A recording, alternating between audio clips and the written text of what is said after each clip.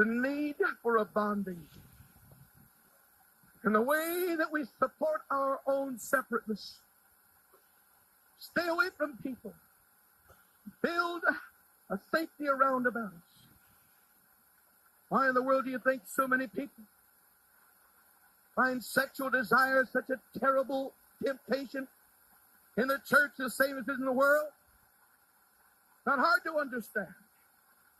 We are so separate that we want to get bonded. But bonding doesn't come from laying in bed with somebody.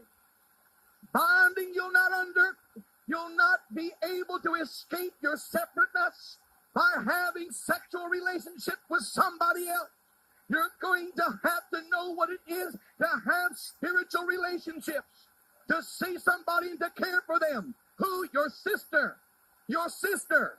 Your sister. How few people can really talk to somebody of the opposite sex and not have some kind of a fantasy, something that draws them concerning sexual attraction. Why? Because we know no other relationship. The only one we know is sex. We don't know love. We don't know compassion. We don't know a bonding that puts somebody inside of us. And so it becomes a horrible thing of people reaching out and never being fulfilled. Why? Because they're empty in their spirits, and you can't fill your spirit with your flesh.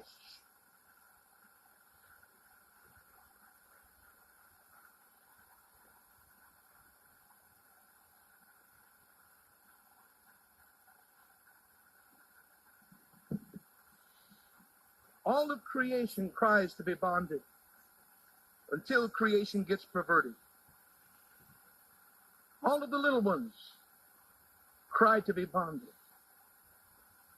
until they learn to play the games of the larger.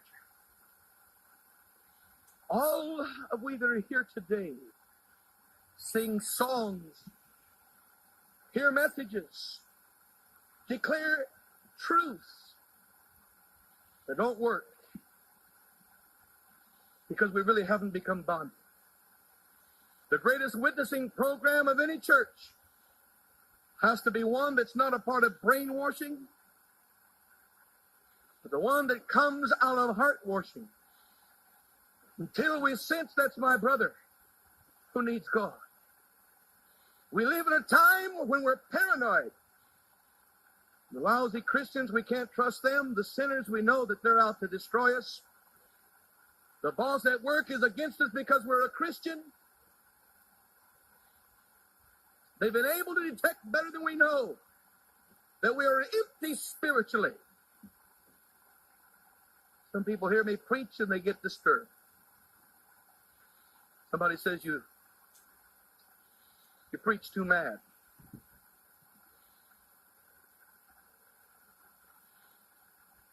Some people don't like to be brought to the place where they have to think. Some people don't like to be stirred.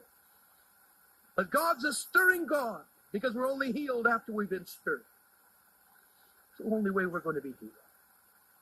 And I've never received more, except I've cried for more. One of the worst things that can happen in our Christian world today is to look and say, God, this is everything. We haven't even come to the bottom of his mountain yet. We haven't but come to the beginning of what he's doing. I'm not satisfied with my Christian experience. I thank God for it. But there's more, there's more, there's more, there's more. I don't want the world to be like us. I don't want the world to be like me. I don't want the world to get like you. I want the world to be like Jesus. There's more than what we are. I don't want the world to have my personality. I don't want the world to do the things that I do. I want the world to come to know him. I want to see the world bonded to him. I don't see our time as what everybody needs. I look and I see somebody who's a rock that's higher than we are. And I say, lead us to the rock that's higher than I. Lead us to the rock that's higher than this. It's more than a form of godliness. It's the power of God that bonds men unto himself. Stand with me in the service.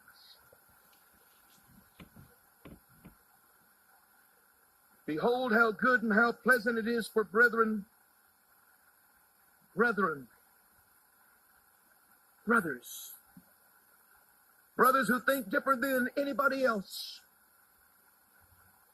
brothers who are totally different. David and Jonathan were brothers. They came not from the same home. And there's people today who are brothers, and they're as separated as they possibly can be. And during the Christmas season, we will get together with people and find out how little we really are bonded and how bad we feel about it. And we will see ourselves trying to impress one another in little ways. And if we listen to God, we will find out how sick we are. And we, the church who cries out that we are increased with goods and have need of nothing, do not understand how poor and miserable and blind that we are. Because if we haven't been bonded, we are lonely. And lonely people are victims to Satan in one way or another. Whether you fall victim by becoming a religious snob, whether you become a victim, become a spiritual know-it-all, or whether you become a victim by falling into the temptations of the flesh, matters not at all is sickness.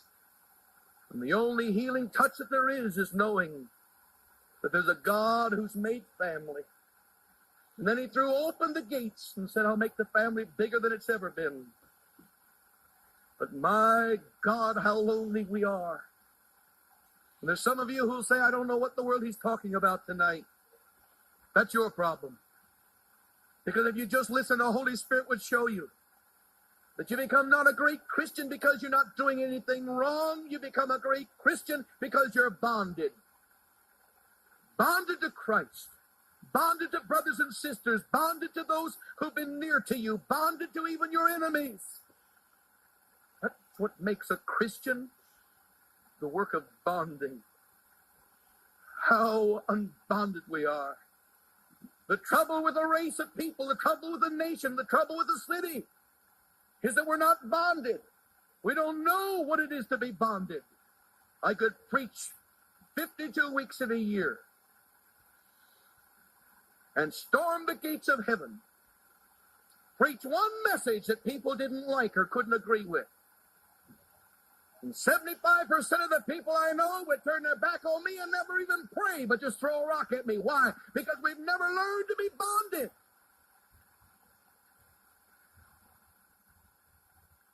Perhaps it's not that degree in this church, but especially on television.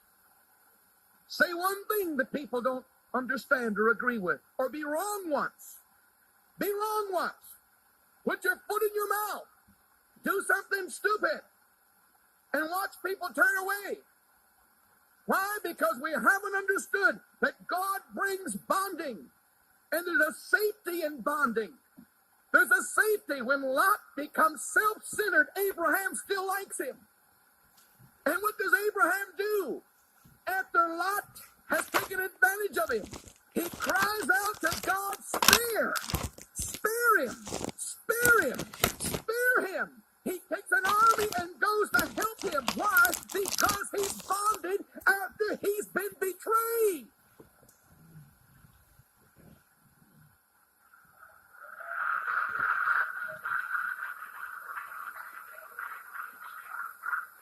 Talk about your best friend's kids one time. And that's it. One time.